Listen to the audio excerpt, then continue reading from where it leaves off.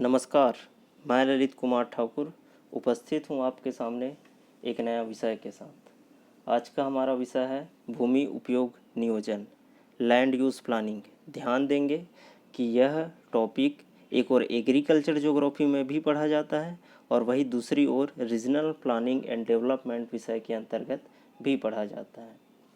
यह topic MA भूगोल के छात्राओं के लिए महत्वपूर्ण है। चलिए बढ़ते हैं भूमि उपयोग नियोजन की ओर। विश्व में तेजी से बढ़ती हुई जनसंख्या के कारण सीमित भूमि संसाधन पर दबाव निरंतर बढ़ता जा रहा है। मनुष्य की विविध आर्थिक क्रियाकलापों, दोषपूर्ण कृषि पद्धति अपनाने के कारण मिट्टी का अपरदन तीव्र होता गया। इन सब कारणों से यह आवश्यक है कि मिट्टी का स्वास्थ्य भी इन सभी कारणों से यह आवश्यक है कि एक और मिट्टी का स्वास्थ्य भी बना रहे तथा उससे उत्पादन भी भरपूर हो सके। मानवीय आवश्यकता या जनसंख्या की खाद्यान्न आवश्यकताओं या फिर अन्य आवश्यकताओं को पूरी करने के लिए हमें आवश्यकता है एक और हमारी भूमि की उर्वरक क्षमता या फिर भूमि का भूमि के मृदा का जो हेल्थ है, जो स्वास्थ्य है, वो भी बना रहे और दूसरी ओर हमें उत्पादन भी बहुत अधिक या फिर भरपूर मात्रा में हो। इसके लिए आवश्यक है कि हमें भूमि उपयोग नियोजन करना चाहिए। हमें एक ऐसे प्लान बनाना चाहिए, हमें ऐसी नियोजन पद्धति अपनाना चाहिए जिसके फलस्वरूप हमें एक और अधिकतम उत्पादन भी हो और दूसरी ओर हमारे भूमि का जो क्वालिटी है, जो गुणवत्ता है, वो भी बना रहे। भूमि के सुनियोजित रूप से उपयोग की आवश्यकता उत्पन्न होती है।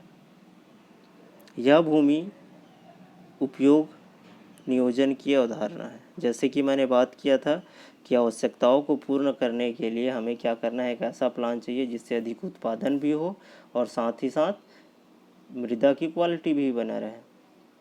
और यही अवधारणा क्या है, भूमि उपयोग नियोजन की अवधारणा है।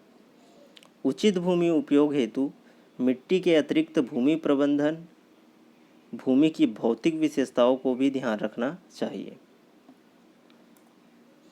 भूमि उपयोग नियोजन की आवश्यकता देखते हैं, आखिरकार हमें भूमि उपयोग नियोजन की आवश्यकता क्यों पड़ी। किसी क्षेत्र का भूमि उपयोग उसके भौतिक तथा मानवीय कारकों का प्रतिफल होता है। भौतिक तथा मानवीय कारणों में आर्थिक क्रिया शामिल होता है, सामाजिक क्रियाएं, राजनीतिक एवं सांस्कृतिक, और ये सभी क्रियाएं के प्रतिफल के रूप में क्या होता है, ये भूमि का उपयोग होता है। ये सभी कारक स्वतंत्र है और समान नहीं होता है। परिणामतः विश्व के विभिन्न भागों में भूमि के उपयोग विभिन्न स्वरूप विभिन्न कृषि व्यवस्थाएं स्पष्ट रूप से दृष्टिगोचर होते हैं। ये सभी मानवीय गतियाँ भूमि के प्राकृतिक संतुलन में व्यवधान उत्पन्न करती है। इससे अनेक समस्याएं उत्पन्न होते हैं जिनका समाधान ढूंढना आवश्यक हो जाता है। इस परिप्रेक्ष्य में भूमि नियोजन नितांत आवश्यक है। शॉर्ट में देख लेते हैं कि भूमि उपयोग डिपेंड किसके ऊपर करता है, मानव के भौतिक एवं सांस्कृतिक क्रियाकलापों के में आर्थिक, सामाजिक, राजनीतिक और सांस्कृतिक क्रियाकलापों पर डिपेंड करता है कि मानव भूमि का उपयोग कैसे करेगा, वो इसके ऊपर डिपेंड करता है।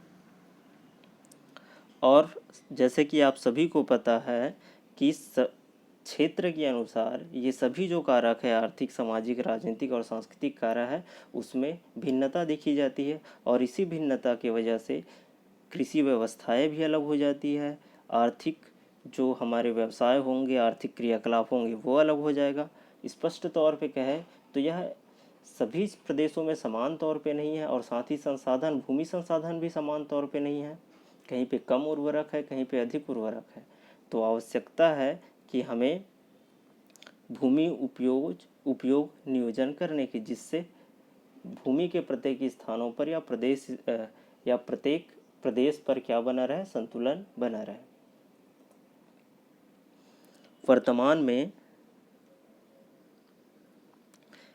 जनसंख्या वृद्धि के फलस्वरूप भूमि उपयोग के स्वरूप में अत्यधिक परिवर्तन आया है। बंजर भूमि पर सिंचाई की सुविधा के विस्तार तथा कृषि भूमि के विस्तार के लिए निर्वनीकरण, आदि कारकों में भूमि उपयोग में होने वाले परिवर्तन पारिस्थितिकी तंत्र को प्रभावित करते हैं, जिससे अनेक समस्याएं उत्पन्न होती है और इसके निदान के लिए भूमि उपयोग नियोजन की आवश्यक प्रतीत होती है।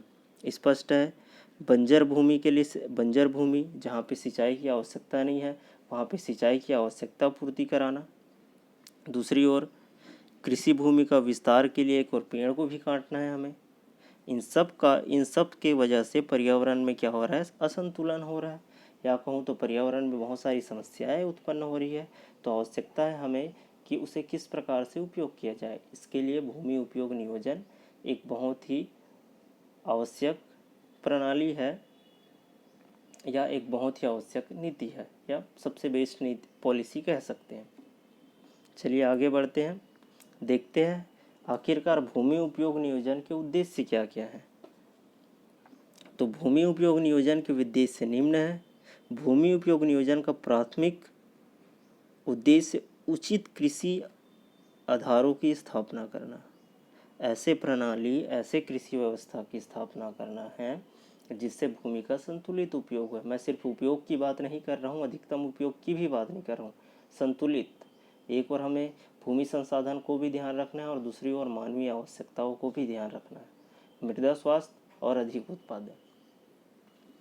दूसरा है भूमि उपयोग नियोजन द्वारा भूमि का संरक्षण करना, भूमि का मूल्यांकन करना, कृषि संबंधी विभिन्न विकासात्मक योजनाओं का क्रियान्वयन करना, जनसंख्या के दबाव को ज्ञात किया जा सकता है तथा आवश्यकता अनुसार उसमें कमी ला सकती है। यानी कि किसी भूमि पर अगर अधिक जनसंख्या का दबाव पड़ रहा है तो हम क्या कर सकते हैं, नियोजन के माध्यम से उस जनसंख्या को कंट्रोल करें ताकि भूमि संसाधन और जनसंख्या की आवश्यकता या फिर जनसंख्या के बीच बैलेंस की स्थापना या संतुलन की स्थापना हो सके।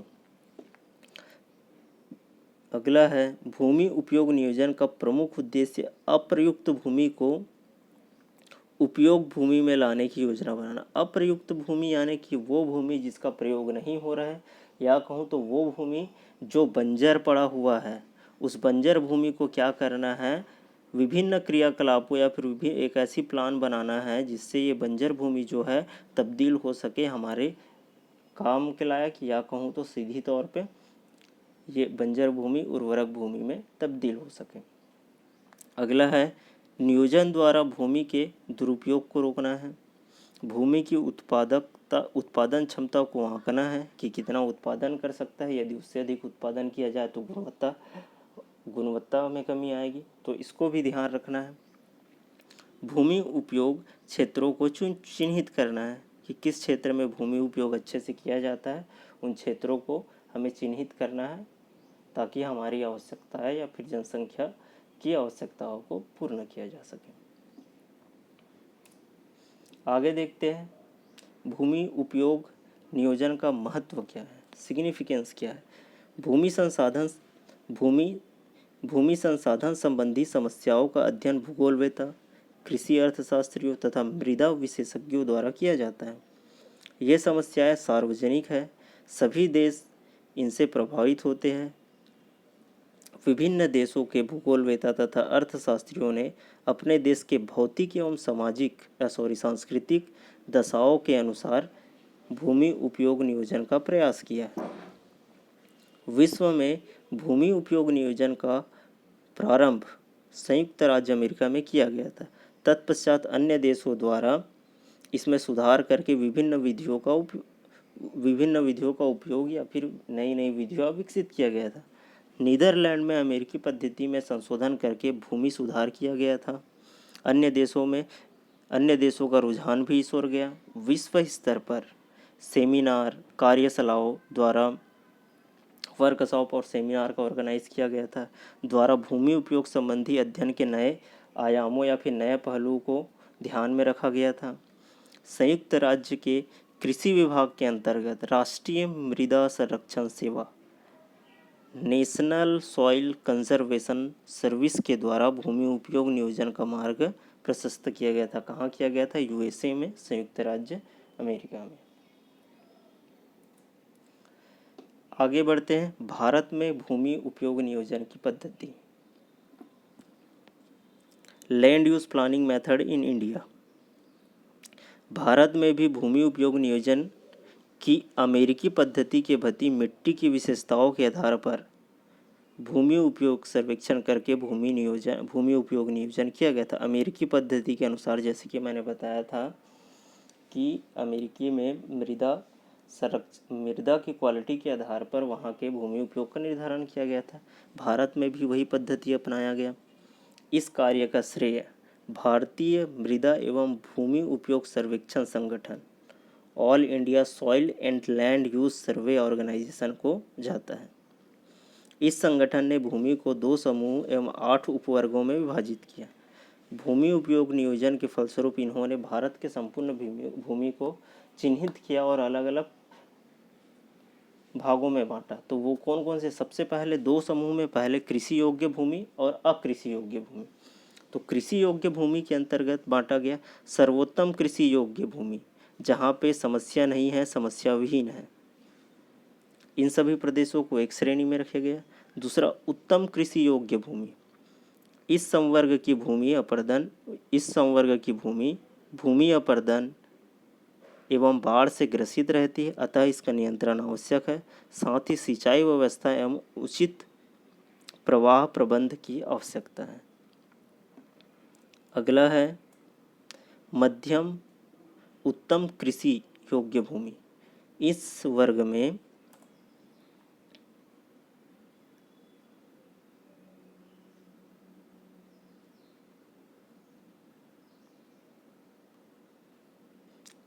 अगला है मध्यम उत्तम कृषि योग्य भूमि।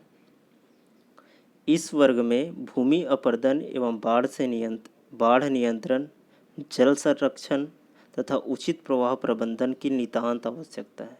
अगला है सीमित कृषि योग्य भूमि। उचित प्रबंध एवं संरक्षण की आवश्यकता है।